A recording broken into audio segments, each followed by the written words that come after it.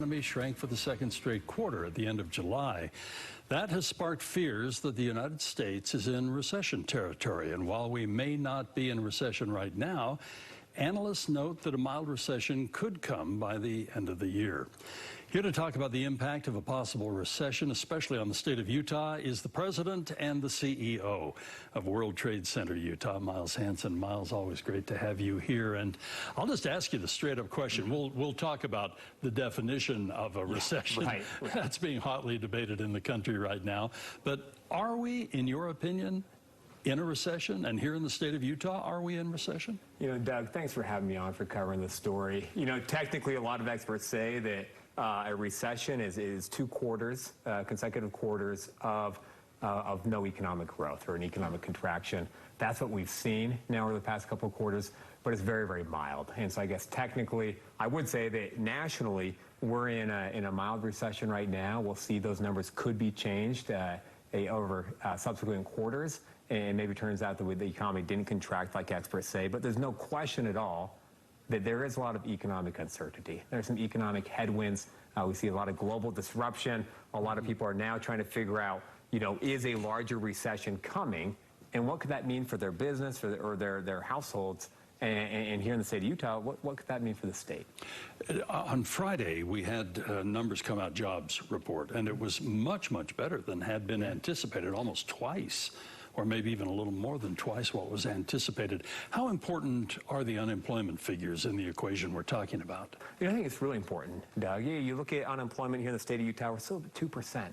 That's historic lows. Here in the United States, with the jobs report on Friday, you know, unemployment at 3.5%. For the first time since before the pandemic, we're back down to an unemployment rate that was pre-pandemic. And so that's where, you know, if you look at the official GDP numbers, 2 quarters in a row, technically a textbook definition in a recession, and yet with a really strong jobs report, unemployment at 2% here in the state, 3.5% nationally. From an employment perspective, we're doing pretty well. And of course, that means that we've got people that are working, still businesses that are hiring and looking to expand and trying to find people to come and work for them. And that's a good sign. And it indicates that companies are continuing to prosper. They're getting out there and competing and winning around the world. And yet, you juxtapose that with the reality that there is high inflation. We are seeing a lot of global disruption. A lot of people are concerned about China, of course, Russia and Ukraine, and all of that is causing businesses and people across the state to take a step back and say, okay, how do we create resiliency for economic headwinds that are looking like they're blowing now, but they could get worse in the months and years ahead. What kind of opportunities become available? We chatted a little bit about this prior to going on the air, but you know, there's that old stock market advice that when things are just chaotic and blood is running in the street was the term that was used. That's the time to buy. That's the time to invest. With a mild recession, and let's just assume that is the case right now, what are the opportunities? Are there opportunities? You know, Doug, it's really interesting, especially thinking about here in the state of Utah. We are very, very strong. We have a tremendous amount of momentum as a state in all aspects of the state, but particularly when it comes to the economy and our businesses here, which means that even in an economic downturn, in a mild recession, or even something that could be more severe, our companies are very competitive. They have strong balance sheets.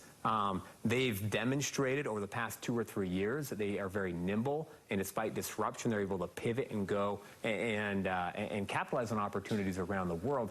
And so in a period of an economic downturn, whether it was nationally, globally, including here in the state, what I think we will see is that thanks to our momentum here in the state, our competitive advantage will actually increase. Because even if it gets a little bit tough here, it'll be tougher in other states and other countries around the world, which means our companies located here are going to have that competitive advantage. They're going to be able to go out there and compete and win in markets around the world, and this momentum will sustain us, and we may even find ourselves on a steeper growth trajectory coming through what could be a period of economic uncertainty and challenge. When we look at the state of Utah, we often appear to be and are a real oasis when things are kind of going a little south for a lot of different regions, areas, and states and other economies. Utah is held up as an example. Boy, you know, wouldn't it be great to be in Utah?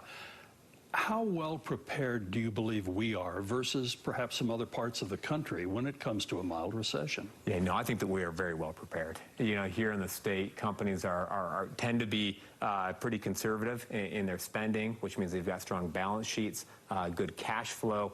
We see that with households as well. Here in the state, we are very pragmatic. I think it comes from some of our DNA and our roots of where we came from, and pioneers coming here with nothing but the clothes on their backs and what they could fit in hand carts and wagons, and coming and building a very prosperous global society. And so what I see at World Trade Center Utah is that we've been busier than we ever have over the past couple of years coming through the pandemic, and over the past few months, even as companies are trying to figure out how they can increase their resiliency, we have more companies than ever before reaching out to get our assistance to help them go out and identify new market opportunities around the world. That not only helps them now, but it also helps them become more diversified, which increases that resiliency that everybody ought to be thinking really hard about how they can strengthen that resiliency, whether they're a business or even a household themselves. Many of us have had the opportunity, myself and so many others in my business, to get to know and associate with those at World Trade Center Utah. Yeah. But undoubtedly, there's some folks right now that are going, What's World Trade Center Utah? Let's not just take that for granted. Yeah, no, I appreciate that. World Trade Center Utah is a nonprofit organization here in the state. Our vision is to make Utah the crossroads of the world. We do that one business at a time, and our mission is to accelerate global growth for Utah companies. So we have a broad range of services, programs, grant funding to help small, medium, large companies from virtually every industry, from every corner of the state, go out and figure out what are the challenges or opportunities they're facing in the world, and then we plug in and we help them with those challenges to overcome them and to take advantage of those opportunities. As we do it, we are engaging with our partners around the world and building a very strong global network.